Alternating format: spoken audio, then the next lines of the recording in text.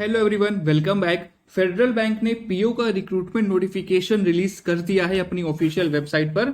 इस वीडियो में हम देखेंगे कि आखिर लास्ट डेट क्या है, एलिजिबिलिटी क्या है, सैलरी कितनी मिलती है और आपको इस नोटिफिकेशन के लिए अप्लाई करना चाहिए या नहीं। चलिए स्टार्ट करते हैं। देखिए, लास्ट डेट है 23 मई। 23 मई तक आप अप्लाई कर सकते हैं फेडरल बैंक की ऑफिशियल वेबसाइट के थ्रू, या मैंने डिस्क्रिप्शन में लिंक दे दिया है, आप वहां से भी डायरेक्टली अप्लाई कर सकते हैं। एक रिक्वेस्ट है, अगर आप चैनल पर नए हैं तो प्लीज चैनल को सब्सक्राइब जरूर करिए, और इसका जो पीडीएफ है वो पीडीएफ का लिंक मैंने डिस्क्रिप्शन में दे दिया है, तो आप वहां से पीडीएफ भी डाउनलोड कर सकते हैं। अब देखिए, फेडरल बैंक की जो सैलरी है, फेडरल बैंक की सैलरी ऑलमोस्ट जो आईबीपीएस की बैंक्स है सेम टू सेम सैलरी है, क्योंकि फेडरल बैंक भी बाईपार्टाइट सेटलमेंट का हिस्सा है। जो बैंक्स हैं, जो गवर्नमेंट बैंक्स हैं, उनमें जो सैलरी का इंक्रीमेंट होता है या सैलरी का जो स्ट्रक्चर होता है वो बाईपार्टाइट सेटलमेंट की तरफ से होता है। और जो फेडरल बैंक है, कर्नाटक बैंक है, तो ये सारी बैंक्स भी इस सेटलमेंट का पार्ट हैं। तो देखिए, जैसे आईबीपीएस में जो स्केल 1 है, पीओ का बेसिक 36,000 होता है, वैसे ही फेडरल बैंक में भी पीओ का जो बेसिक है वो 36,000 रुपीज है। इसके अलावा आपको डीए मिलेगा, लीज अकोमोडेशन मिलेगा, एचआरए मिलेगा, सीसीए मिलेगा, मेडिकल मिलेगा, और इसके अलावा और भी जो अलाउंसेस होते हैं वो सब आपको मिलेंगे। तो देखिए, फेडरल बैंक भले ही एक प्राइवेट सेक्टर बैंक है, लेकिन जो सैलरी का स्ट्रक्चर है वो गवर्नमेंट बैंक की तरह ही है। और यहां पर अगर आप देखिए, सीटीसी कॉस्ट टू कंपनी वो 9.5 लैक्स है, और मेट्रो सिटीज में 13 लैक्स है। ठीक है, मुंबई वगैरह में आपकी सैलरी 13 लाख रहेगी, और बाकी जो शहर है वहां पर 9.5 लाख रुपए रहेगी। और जो टेक होम सैलरी है, जो आपके अकाउंट में क्रेडिट होगी, वो अराउंड 58,500 होगी। तो इसका मतलब है, जो आपकी ग्रॉस सैलरी रहेगी, ग्रॉस सैलरी आपकी अराउंड 67,000 रहेगी, और आपकी जो नेट सैलरी रहेगी जो अकाउंट में आएगी वो रहेगी 58,000। तो सैलरी काफी अच्छी है, सेम है जैसे गवर्नमेंट बैंक से सेम है, बट डिफरेंस इतना है कि फेडरल बैंक एक प्राइवेट सेक्टर बैंक है। जो कैंडिडेट्स का सिलेक्शन होगा, सिलेक्शन के बाद उन्हें 2 साल का प्रोबेशन पीरियड रहेगा, जो कि हर बैंक में पीओ के लिए रहता है। एक सर्विस बॉन्ड एग्जीक्यूट होगा 50,000 रुपए का। अगर आप बैंक छोड़ेंगे तो आपको 50,000 रुपए पे करना है, या तो आप 2 साल तक बैंक में नौकरी करना, आपको 2 साल तक बैंक में नौकरी करनी पड़ेगी। और अगर आप 2 साल तक नौकरी नहीं करते हैं तो आपको 50,000 रुपए एज बॉन्ड यहां पर पे करना पड़ेगा। एलिजिबिलिटी क्राइटेरिया की हम बात करते हैं, तो देखिए, एजुकेशन क्वालिफिकेशन में पोस्ट ग्रेजुएट मांगा है इस बार इन्होंने। जो भी कैंडिडेट्स अप्लाई कर रहे हैं उनके पास पोस्ट ग्रेजुएशन की डिग्री होनी चाहिए, और उसमें 60% इनके मार्क्स होने चाहिए।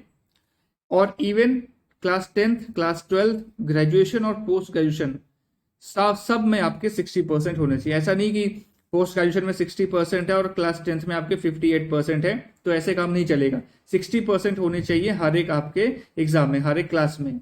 एज लिमिट है 27 ईयर्स, मैक्सिमम आप 27 साल के हैं तो आप अप्लाई कर सकते हैं इस जॉब के लिए। और SC/ST के लिए थोड़ा सा रिलैक्सेशन है। SC/ST के लिए 5 साल का एक रिलैक्सेशन है। SC/ST के लिए एज लिमिट कर दी गई है 32 ईयर्स। जो कैंडिडेट्स अभी पोस्ट ग्रेजुएशन फाइनल ईयर में हैं वो भी इस जॉब के लिए अप्लाई कर सकते हैं, लेकिन आपको ध्यान देना है कि 31/8 तक जो आपका पोस्ट ग्रेजुएशन है उसकी डिग्री आपके हाथों में होनी चाहिए। ठीक है, तो फाइनल ईयर जो ग्रेजुएट्स हैं जो इस बार एग्जाम अपना दे रहे हैं वो भी अप्लाई कर सकते हैं, लेकिन 31/8 तक उनके हाथों में डिग्री होनी चाहिए, और जो उनके नंबर हैं वो 60% भी होने चाहिए। देखिए, सिलेक्शन प्रोसेस क्या है। सिलेक्शन प्रोसेस बिल्कुल सिंपल है, वही एक ऑनलाइन टेस्ट होगा, उसके बाद जीडी है, फिर रोबोटिक इंटरव्यू है, और फिर पर्सनल इंटरव्यू। रोबोटिक इंटरव्यू का मतलब होता है वर्चुअल इंटरव्यू। ठीक है, तो ये जैसे कि नॉर्मल जो बैंक्स हैं, आईबीपीएस वाले बैंक्स हैं, उसी तरीके से सिलेक्शन प्रोसेस है। अगर आप ऑनलाइन टेस्ट पैटर्न देखें तो देखिए, ऑनलाइन टेस्ट पैटर्न में वही है, इंग्लिश होगी, रीजनिंग, मैथ्स, जीए, कंप्यूटर, और यहाँ पर एक सेक्शन है जो अलग से है, जो कि है सेल्स एप्टीट्यूड का। क्योंकि प्राइवेट सेक्टर बैंक है तो प्राइवेट सेक्टर बैंक थोड़ा सा सेल्स वगैरह में ज्यादा फोकस करते हैं, तो यहाँ पर सेल्स एप्टीट्यूड का भी एक कॉलम है। तो ये सारे सब्जेक्ट्स हैं जो आपको पढ़ने पड़ेंगे एग्जाम के लिए। तो देखिए, इंग्लिश में 30 क्वेश्चन रहेंगे, रीजनिंग में 30 क्वेश्चन, मैथ्स में 30 क्वेश्चन, जीए में 30 क्वेश्चन, कंप्यूटर में 20 क्वेश्चन, सेल्स में 15 क्वेश्चन, और सेम मार्क्स रहेंगे। ठीक है, इंग्लिश में 30 नंबर, रीजनिंग में 30 नंबर, मैथ्स 30 नंबर की आएगी, जीए 25 नंबर, कंप्यूटर 20 नंबर और सेल्स 15 नंबर। टोटल आपको 90 मिनट का समय दिया जाएगा और इसमें सेक्शनल टाइमर नहीं है, टोटल कॉम्पोजिट टाइम है ये 90 मिनट्स का। 90 मिनट्स के अंदर आपको इसको जो एग्जाम है वो सॉल्व करना है।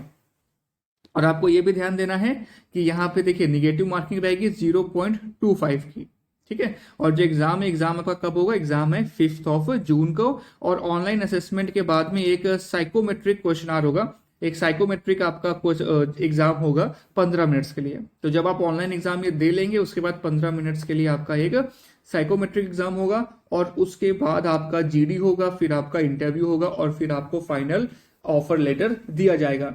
तो देखिए फेडरल बैंक एक अच्छी बैंक है। प्राइवेट सेक्टर की अगर हम बात करें, सैलरी गवर्नमेंट बैंक्स की तरीके ही है, थोड़ा सा कल्चर का डिफरेंस रहेगा क्योंकि गवर्नमेंट और प्राइवेट में थोड़ा सा डिफरेंस रहता है।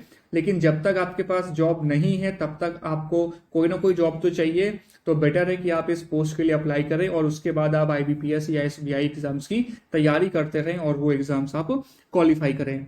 और अगर अभी आपको इस नोटिफिकेशन से रिलेटेड कोई भी डाउट है तो आप नीचे कॉमेंट सेक्शन में पूछ सकते हैं। इसका PDF और जो बाकी और लिंक्स हैं वो मैंने नीचे डिस्क्रिप्शन में दे दिए हैं। Thank you.